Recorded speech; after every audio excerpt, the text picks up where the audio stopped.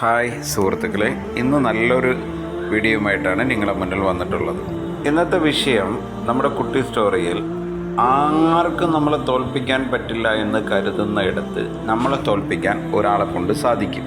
അത് ആര്, ഈ കുട്ടി സ്റ്റോറിയിലുള്ള ഗുണപാഠം എന്താണ് എന്നതിനെക്കുറിച്ചുള്ള ചെറിയൊരു വിശദീകരണവും നിങ്ങൾക്കൊരു ഗുണപാഠവും അതുമാത്രമാണ് ഈ ഇന്നത്തെ എപ്പിസോഡ് കൊണ്ട് നമ്മൾ ഉദ്ദേശിക്കുന്നത്.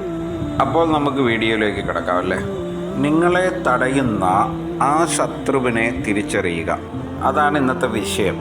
ഒരു പ്രശസ്തമായ ഒരു കമ്പനി ഉണ്ടായിരുന്നു. പതിവ് പോലെ ജീവനക്കാർ, അതായത് അവിടുത്തെ സ്റ്റാഫുകളെല്ലാവരും രാവിലെ ഓഫീസിലെത്തിയപ്പോൾ പ്രധാന വാതിലിൽ ഒരു നോട്ടീസ് പതിച്ചിരിക്കുന്നത് കണ്ടു. ആ നോട്ടീസിലെ വിവരണം ഇങ്ങനെയാണ്: ഈ കമ്പനിയിൽ നിങ്ങളുടെ വളർച്ചയെ ഇത്രയും കാലം തടഞ്ഞു നിർത്തിയിരുന്ന ആ വ്യക്തി ഇന്നലെ രാത്രി അന്തരിച്ചു.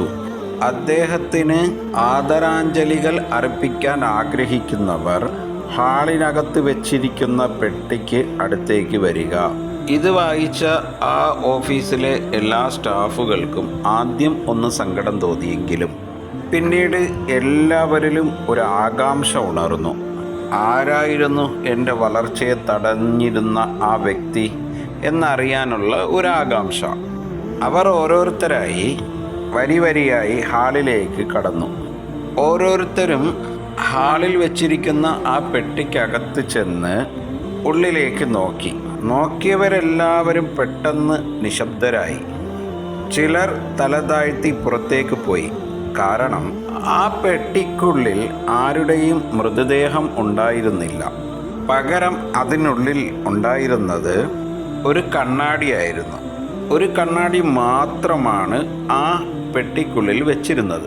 ആ കണ്ണാടിക്ക് താഴെ ഇങ്ങനെ എഴുതി വെച്ചിട്ടുണ്ടായിരുന്നു: നിങ്ങളുടെ വളർച്ചയെ തടയാൻ ഈ ലോകത്ത് ഒരാൾക്ക് മാത്രമേ കഴിയൂ, അത് നിങ്ങൾ തന്നെയാണ്. നിങ്ങളുടെ ഭയവും മടിയും ഒഴിവുകേടുകളുമാണ് നിങ്ങളുടെ ഏറ്റവും വലിയ ശത്രു. അപ്പോൾ നിങ്ങൾക്ക് ഈ കഥയിൽ നിന്ന് കുറച്ച് കാര്യങ്ങൾ വ്യക്തമായി കാണുമെന്ന് ഞാൻ വിശ്വസിക്കുന്നു. അപ്പോൾ നമ്മുടെ ശത്രു ആരാണ്? നമ്മൾ തന്നെയാണ്. ഈ കഥയിൽ നിന്ന് നമുക്കെന്താണ് മനസ്സിലാക്കേണ്ടത്? ലോകം നിങ്ങളെ തോൽപ്പിക്കുന്നതിന് മുൻപ് നിങ്ങളെ ഉള്ളിലെ നിഷിദ്ധമായ ചിന്തകളെ നിങ്ങൾ ആദ്യം തോൽപ്പിക്കുക. അല്ലാത്ത പക്ഷം നമ്മൾ ഏറ്റവും വലിയ പടുതോൽവിയായി മാറിക്കൊണ്ടേയിരിക്കും. നമുക്ക് ആദ്യം വേണ്ടത് സെൽഫ് കോൺഫിഡൻസ് ആണ്.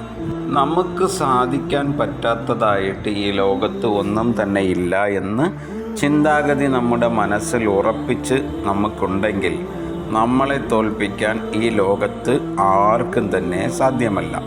അല്ലാതെ നേരത്തെ കഥയിൽ പറഞ്ഞതുപോലെ ഭയവും മടിയും ആണ് നമ്മുടെ തോൽവിക്ക് ഏറ്റവും വലിയ കാരണം. ആദ്യമായി അലസമായ ചിന്തകളെയെല്ലാം നമ്മളെടുത്ത് കളഞ്ഞുകൊണ്ട് മുമ്പോട്ടുള്ള വിജയപാതയിലേക്കുള്ള യാത്രയിലേക്ക് മുൻപോട്ട് തന്നെ കുതിച്ചു പാഞ്ഞുകൊണ്ടേയിരിക്കുക. അപ്പോൾ താനെ നമുക്കുള്ള വിജയത്തിനുള്ള പാത തെളിഞ്ഞ് നമ്മുടെ മുന്നിൽ തന്നെ ഉണ്ടാകും. അതിലൂടെ സഞ്ചരിക്കുക വളരെ ഈസിയായ കാര്യമാണ്. പക്ഷേ ആ പാത കണ്ടുപിടിക്കൽ മാത്രമാണ് ഒരു ചെറിയ പ്രയാസകരമായ കാര്യം. പിന്നെ പ്രധാനമായി നമ്മളുടെ മടിയൻ മല ചുമക്കുമെന്ന് കേട്ടിട്ടില്ലേ? ഏത് വിഷയത്തിലിറങ്ങിയാലും അലസമായ മടി നമ്മളെ വൻ പരാജയത്തിലേക്ക് എത്തിക്കും. അതാരും മറന്നു പോകരുത്. നാളെ ചെയ്യാം, അല്ലെങ്കിൽ കുറച്ച് കഴിയട്ടെ എന്ന് മാറ്റിവെക്കുന്നതും വലിയ ആപത്താണ്. ചെയ്യേണ്ട കാര്യങ്ങൾ കൃത്യസമയത്തിൽ ദൃഢതയോടെ കൃത്യമായ സഞ്ചാരപാത തിരഞ്ഞെടുത്ത് ചെയ്യുകയാണെങ്കിൽ ഉറപ്പായും നിങ്ങൾക്ക് വിജയത്തിലേക്ക് എത്തുവാൻ സാധിക്കും.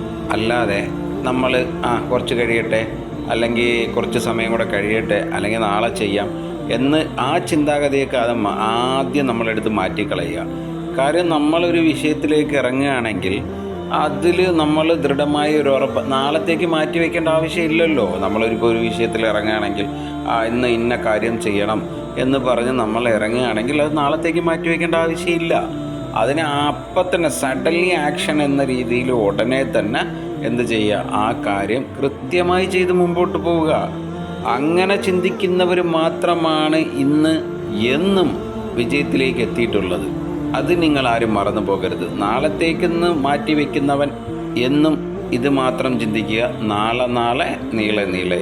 നമ്മുടെ സബ്ജക്റ്റിൽ നാളെ എന്നൊരു ചിന്താഗതി വേണ്ട. ഇന്ന് ഇപ്പോൾ അത് മാത്രം ചിന്തിക്കുക. അങ്ങനെ ചിന്തിച്ചുകൊണ്ട് നിങ്ങൾ മുമ്പോട്ട് പോയി നോക്കുക, ഉറപ്പായിട്ട് നിങ്ങൾക്ക് വിജയമുണ്ടാകും.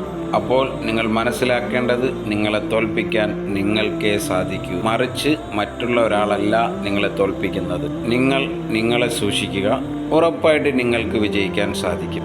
ഇനിയും നല്ല നല്ല വീഡിയോകളുമായി നിങ്ങളുടെ മുന്നിൽ വരുന്നതായിരിക്കും. അതുവരെ നിങ്ങളോട് വിട പറയുകയാണ്. നന്ദി, നമസ്കാരം.